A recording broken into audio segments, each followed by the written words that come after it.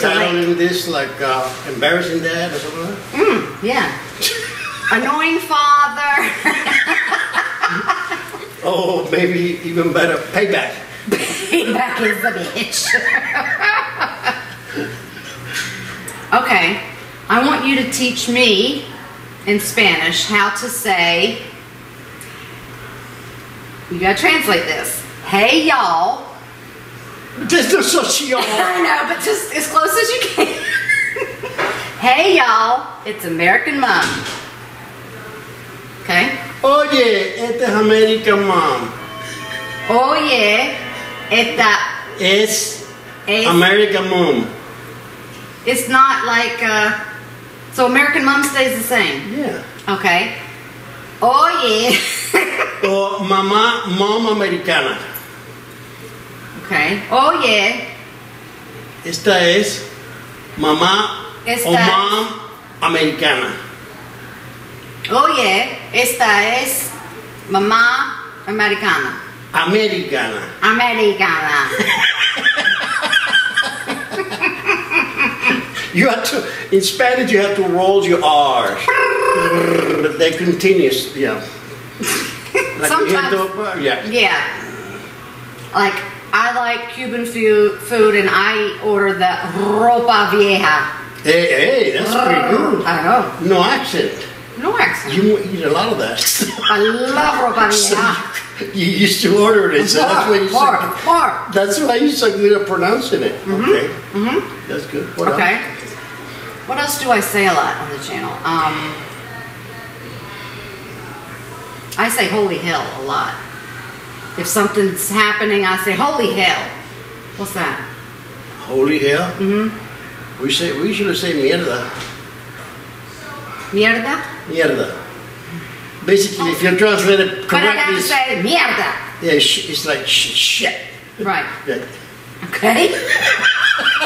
I like my word better. Not pleasant, but see, you have different dialects. Beso mi culo. I know what that is. Oh yes, but see, that like I told you before, that up north or in the south is an insult.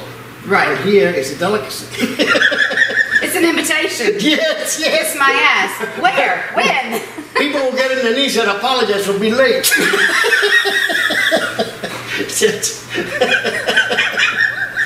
Yeah, we usually mean it as an insult. It's not usually, right, we're not asking. Yeah. Beso mi culo. Yeah. See. Then after we finish, say thank you very much. My mother, thank you. My father, thank you. My whole family, thank you. Oh, see how we can just go? Now. Okay. Oh, wait a minute. We can talk about, we went to Arbutus to have hot dogs today. Yes. I've heard about this place for a long time. You explain why we went there today. Well, I decided to go about a couple of weeks ago to different places where I used to take you to, the church that we used to go to, the church where your mom and I got married, where we lived when we first brought you from the hospital. And well, they made you take me home from the hospital. We might go into that story. What do you mean made me go? Remember you said that I wasn't that cute as a baby, and you said they made us take. I know it was a joke. I know. When I get nervous, I kind of think I'm kind of cute. I know. So the thing about it was that I walked into the hospital wearing a uniform from the airline, and I had the flowers that I just bought at the lobby. So you had on a jumpsuit with the name. And the nurses thought that I was a delivery boy, so that's why they allowed me to go all the way inside to my wife's room. Because this was in the 70s. Right, and the nurses came in and they just took the flowers and she said, you want me to sign anything? I said, no, this is my wife. He said, what are you doing here? I said, bringing flowers to my wife. They let me in. And I said, she had a baby. I asked her, what is it? She said, she's a little girl. I said, can I see her? Well, not really. I said, please. So she brought you out. You were wrapped tight. You look like a mommy. So I just unwrapped you and I said, 1, 2, 3, 10, 10, little Toto, little bug. She's complete. So they wrapped me back up like a burrito. Yeah. And Mom was asleep. And what were you going to name me? Well, go ahead and confess. I was at a. I was on a flight between Miami and Texas, Dallas, Texas, and I had one of those in-flight magazines, and I was reading an article about this Spanish artist, and I liked the name of her. His daughter was named Paloma. So I was, now Paloma was something that I was going to do out of spite. This was Picasso, right? Not that I really liked the name, I just wanted, because I heard your mother talking to either your aunt, her sister, or her mom. Right. Actually saying already what she was going to name you without even consulting me. So I said, I'm going to fix your wagon. I'm going to wait for her to do everything. I said, the baby's born. I said, here it is. I'm the father. This is the name. And I'm going to put Paloma. I know it's going to cost me some money to change it later on. Thank God. But I just figure I get even with this little. But I didn't get a chance. But you're supposed to arrive on March 7th. You came in on March 8th, and you showed up on the 7th. Right. I said, how dare you? And she had already, when you got there, she was taking a nap, but she had already put my name in. Yes, and you were like, your mom is not stupid. I know. Mom is not stupid. No. So when they hand you over, I looked at you. You look pruny, wrinkled. And I said to the nurse, hey, this is a monkey. She said, that's your daughter. Thank God later on you plumped up, because my God, I want you. That's when I was saying, you said, and they made us take you home. And I know, I want to give you. Okay. I want to give you back. All right. So go back to before you said about the hospital. This is where we were going to visit places. The place you and Mom got married, the house we lived in, and the church we used to go to, the school you used to go to. Right.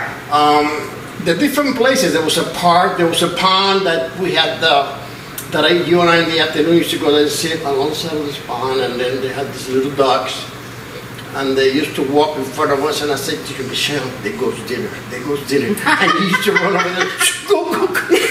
You really thought I was going to cook them. Oh, it was so funny. Like you said, your humor always, and if I'm like 3 or 4 years old, I'm like, oh, please run. He said dinner. But all those places, except for the place we went today, have been tore down, right? The development, I did not recognize it. Right. So we couldn't go back to visit those places, but the hot dog place that you've taken me to, that we went today, was still there, thank God. That was established in 1959, and they moved to this location where we went today. This is 1972, so it's been there some 40-some years. You know, and it was still good. It was open and bigger and what have you, but still there in the same location, which I was surprised. But it's still there. And I took some pictures, so I'll make sure that I show some of those that we took. I took some photos inside, and then we had some of us taken outside. But you said when I went there, and actually today, you said that I was going to get a chili dog. I don't like chili on my hot dogs. But you said that's how I used to eat them. And I wore the chili. Whatever I took you there, I had to take an extra top because I knew you were going to get messed up. See, you like the chili dog, and then you like the melted cheese on top. Okay. So I always take a little knife, one of those plastic, I wanted to cut them and give them a little chunk. But you had to grab the whole thing, and you're dropped everywhere.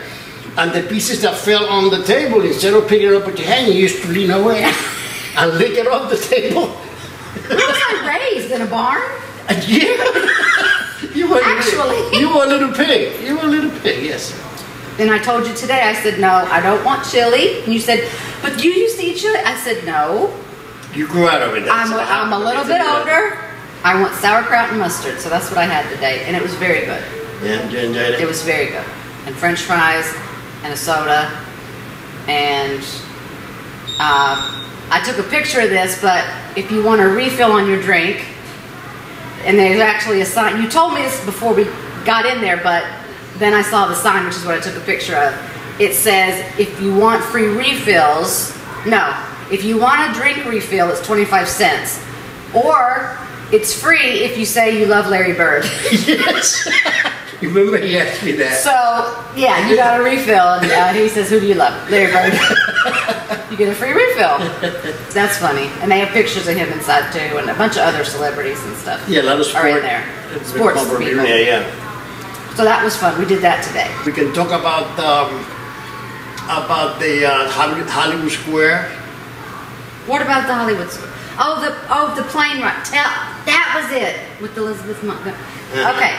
Okay, so now we're going to talk about a memory, and you've told me this before, but tell it again. First explain, you worked for Miami International Airport for Braniff Airlines. Right.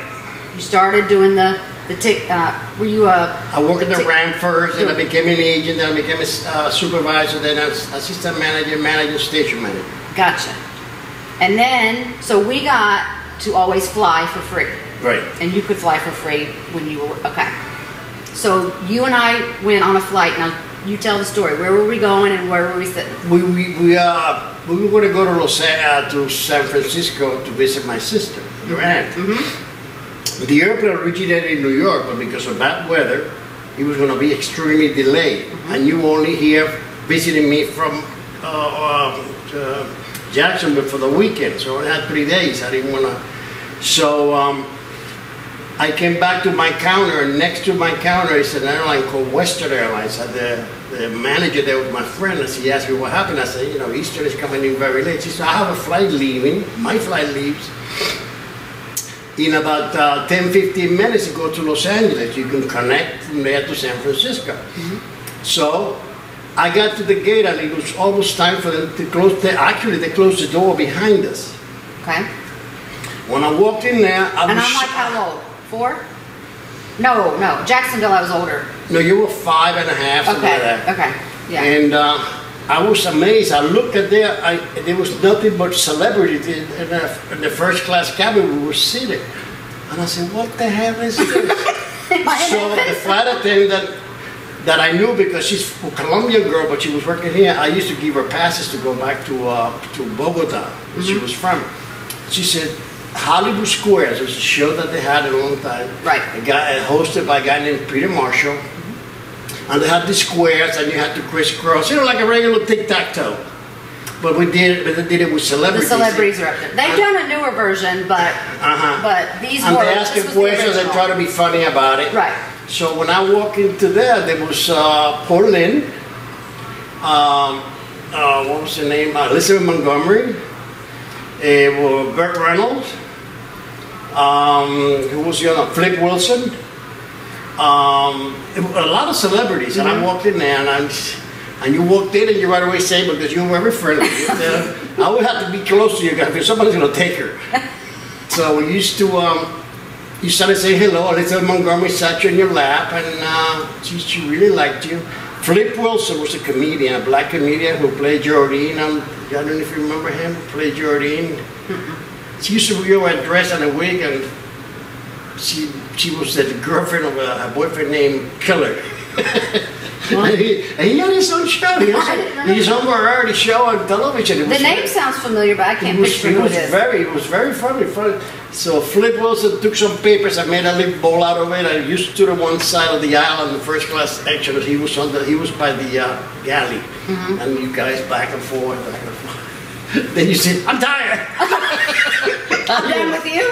So I'll go sit with the Elizabeth Montgomery. I think that's cool. I wish I could remember that, but you know what was sad about it? That we didn't have the media that we have now. That could have taken pictures of a lot, because we're talking celebrities. At those days, those people had shows and everything like that. And Burt Reynolds, rest in peace, not long ago. Yeah. That would have been, everybody would have had the phone. You take a video, you could send it right away to whatever. But we missed that. I didn't even have a regular Kodak camera or anything, unfortunately. But that's neat. That's a neat memory. Yeah, it's a neat memory. Now, I remember flying from Miami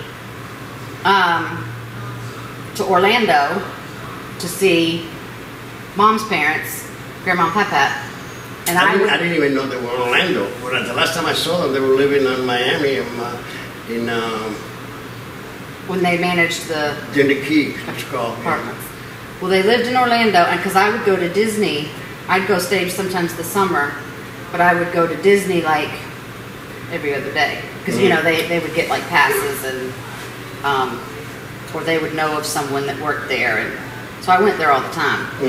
But I would fly And I think the first time I got on a flight by myself was around 7, 6, 7. You got what on the what? On the plane by myself, where the flight attendant would walk me to my seat. You were and you were 6, a little bit after, a little more than 6, yeah. Between 6 and 7. And it would have like who was supposed to pick me up, and the flight attendant would sit me down, and I would. That lasted 11 months. Okay. So you was. I remember that. I remember flying myself, and that's when the airlines were. It was fun. Flight attendants were very polite. I would ask for whatever. Now the passenger becomes a nuisance. Now they throw cookies at you, and it's like, thank you. Yeah, the passengers nowadays are nuisance. Exactly. Yeah, we were in the way. And then I'd always get little wings that you put on the. I'd always get my little wings, and they'd walk me out and take me to deliver me, and they'd check their ID and okay, this is who you go with, and then the same thing going back. Mm-hmm. All right, so I do remember being in the airport a lot, and I would visit you when you had your office back behind the counter where people could go up and get their tickets. I remember walking back there, and there were desks and things like that. And I don't remember specific people, but I remember being back there, and it was almost like people would look like, what's a child doing back here? Like, who does she belong to? Why, does no one stopping this? And then they all know. Then the more I went in, then they knew who I was. The one you interacted the most was with Brenda.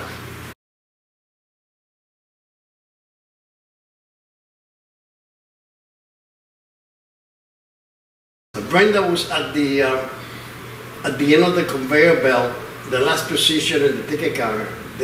We had 2 other airlines besides us, so it was about over 100 yards, this conveyor belt that picked up these airlines. You put the bags in there and go, then at the end goes down the chute. So Brenda used to stand there. That was the position. Make sure you didn't go there because she used to stand there and surf the conveyor from British Airways to Avianca and Brandon. And each one of us had 10 positions, so it was quite a bit of a ride. Yeah. And the rollers, kind of, and Brenda make it fun. Yeah. All right. Well, we can talk about your jealousy. You used to be jealousy. Never. Would not allow me to have girlfriends. No, I didn't want anybody to look at you. Forget about being a girlfriend. Like waitresses or, right? No, because I at the beach. You would look. You. See, I think about it. I used to take. That's what men do. That you walk by and it's like. I used to take. What are you looking at? I used to take you to the behind the Eden Rock. Not only they had a little restaurant there and in the back of it. Yeah. But they had a bar and they had showers, they had bathrooms and everything. It's very convenient. Plus plenty of parking. Plus that was a favorite hotel for the Brazilian. And those girls were wearing, those days they were wearing tongues and they looked good. So you used to catch me looking and say, when you do that? I said, yeah, Michelle, maybe Daddy can find himself a girlfriend. Ah, your girlfriend! Oh, dear Lord. I said, no. You know what they call that nowadays? What? Cock blocking. They do. A little awkward, isn't it? But I mean, that's what they call it. So, like, I don't person think would be like that. It's like to me, it was like they were taking part of your time with me. Don't bother. Attention, He is busy. He'll be with you later. Call on Monday. Make an appointment. Make sure it's Monday. Yeah, that's what it was. So. Yeah. That is what they call it nowadays, though. My God, I never heard of that. It could be like a best friend, like if someone's trying to make a move on a girl or something, and then your friend comes in and like totally ruins the moment, and you're just trying to like get to know somebody. They call it cock blocking. It doesn't. It's just, so I was doing that way back then, and so there you go. Well, we had I love those days, especially when you used to remember that little horses? Did you have little horses with the spring? Yes. And you used to sit on it and watch for me to come home. Mm-hmm. When you see my car, you get out of there. And you better get out, people better get out of your way because you've got to run them over. I got very nervous. I thought I was being cute. I was saying things that were awful, But you thought you were being cute? Yeah, I thought I was being cute because Daddy, this, and Daddy, I did this, and Daddy. I said, Michelle, shh. Did you see Mommy kiss the mailman? No, Mommy, did you? She went berserk. I used to piss her off. She didn't take it as a joke, like, you know. Ha, no, I didn't kiss the mailman. She got mad. Oh, yeah. Well, I miss that. I miss all those days. Because to me, to your Aunt Pat and Beth, at the time that we lived in Gulf Coast Towers, was a television program. You were my entertainment. For them was television, you were my entertainment. You know? American Mom. And I'm still doing it today. Sometimes it hits, sometimes it misses. We went to the beach a lot. We went to the beach. Disney World, like I said, is my favorite place on earth. It's the happiest place on earth. Mm-hmm. And for me, it's my favorite place on earth because that's where I remember having the most fun. Like from my childhood, everything goes back to, well, I was in Orlando, or we were at Disney, or we were, because I remember us going, and I remember specifically falling when we were leaving. I don't know if we'd gotten off the tram or going to the tram, but I had skipped my knees on the asphalt. And I remember having bloody knees, and you picked me up and carried me, because it was late at night, and that's when they used to let you stay until, and then they'd do the fireworks. Now you have to like pay extra or be a resort You know what? person. One thing I remember about that the most is we were in the restaurant and they have a monorail where you didn't know about it. All of a sudden, this is big tunnel, and this train comes through, and you looked at it. Then you got up and came and stood next to me. Then you realized it was a train. Everything's okay. He did not go through the wall. No, there was an opening. Okay, I might needed to have been told that when we went in. But that's the Contemporary Hotel. They still have that. They still have. Yeah, and you haven't been back. The last time I went with you. Yeah. That was in '77, something like that. Mm-hmm. It's been a long time. It's been a long time. So on our bucket list, we'll have to go back to Disney at some point. Okay. And we'll travel from here, and then we'll have Brad, American Dad, come with us too, and maybe even Pat. I'd love to get Aunt Pat back down here because she hasn't been to Miami. Pat. I always got along with her. She has not been back to Miami in like 40 years. You know, they lived in Orlando for a while, but then they came back up to us. She hasn't been down there. She has not been back to Miami. She said I would not recognize it. And how long did she live here? Long time. Yeah, she was here about 5 years or so. She lived here 5 or 6 years, and then Orlando, they lived there for like 30 years, and now they're in North Carolina. Mm-hmm. And that's it. She hasn't been back to Miami since she left. So I said, well, they're building stuff all the time, and she said I wouldn't recognize it. So she should come too, and we can all go back to Disney. We can have a hotel in Orlando and go to Disney, but we're gonna have to save money since it's about $100 a person. Yeah, I was always surprised about the things that you remember. I used to tell you about me, because when I was a little kid, my school, the backyard of my school was actually sand and beaches and palm trees. You know, my school was right on the ocean. Your town was Aguadilla in Puerto Rico, and that, I've seen it on the Puerto Rican map, and it was right where you said, right on the beach. Mm-hmm. Yeah. So I used to go surfing there a lot. I used to tell you about the surfing. Then one time we were watching television, and there was people surfing. I said, that's what Daddy does. Mm-hmm. So that was the next time I realized, I saw you getting on top. Nobody told you. You did it by yourself. We went to the end of the bell, and you got on the bell. Look, Daddy, like you. Look, Daddy. I said, oh, dear Lord. I said, Brenda, don't let her fall. Grab her. But you remember that, then you are surfing a conveyor belt. It's as close as I could get.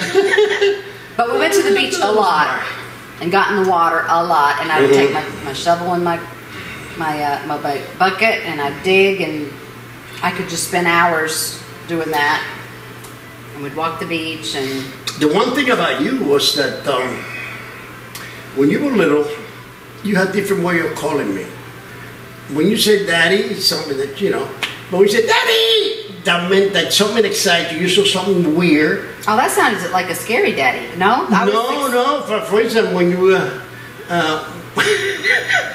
when you wanted to go to the bathroom, and I usually took you to the area where the bathrooms are located. Right. And I used to, either somebody coming in or going out, I asked the ladies, will you take my little girl to the bathroom? They always did, but this day, nobody was coming in or going out. And you, Daddy, Daddy. So I decided to get into the men's room, and while I was putting toilet paper on the seat, you standing there looking at the man. And those days they had the urinal all the way down to the floor, and you standing there saying, Daddy! I said, those people are doing pee-pee on the wall. I said, no, Michelle. So, like you, I was unfiltered. Is that what you're trying to say? Isn't that what we call you? We one say, of the funny you need a things was, filter. we went to Denny's, and Denny had carpet in the restaurant. And we're sitting in the booth, all of a sudden these two ladies come in, they sat down. And one of them ordered spaghetti with meatballs. And I guess this lady decided to cut one of her meatballs, but it slipped off of the plate and landed on the floor. On the So carpet. on the carpet, so you saw it. And you got up and you grabbed it, but it was full of sauce, tomato sauce. So, and it kept sliding out of your hand. And you followed it. When you brought it back, when you finally got a hold of it, it had hairs, pieces of thread, gum, everything stuck to it. And you put it right back in the plate. The waitress thought that was funny. She brought her another one. They didn't charge you for that. I thought I was helping. I know. Did you realize that? Yeah. Ta-da! You inherit my nose, but you can fix that nose. Now, you hide My from your height mother. from my mom. They can do nothing about that. I'm screwed. You screwed that one. If I was 5'7", I would be fantastic. Oh, you'd be a model. Oh, get out of the way. We're talking gorgeous. 5'2", not so much.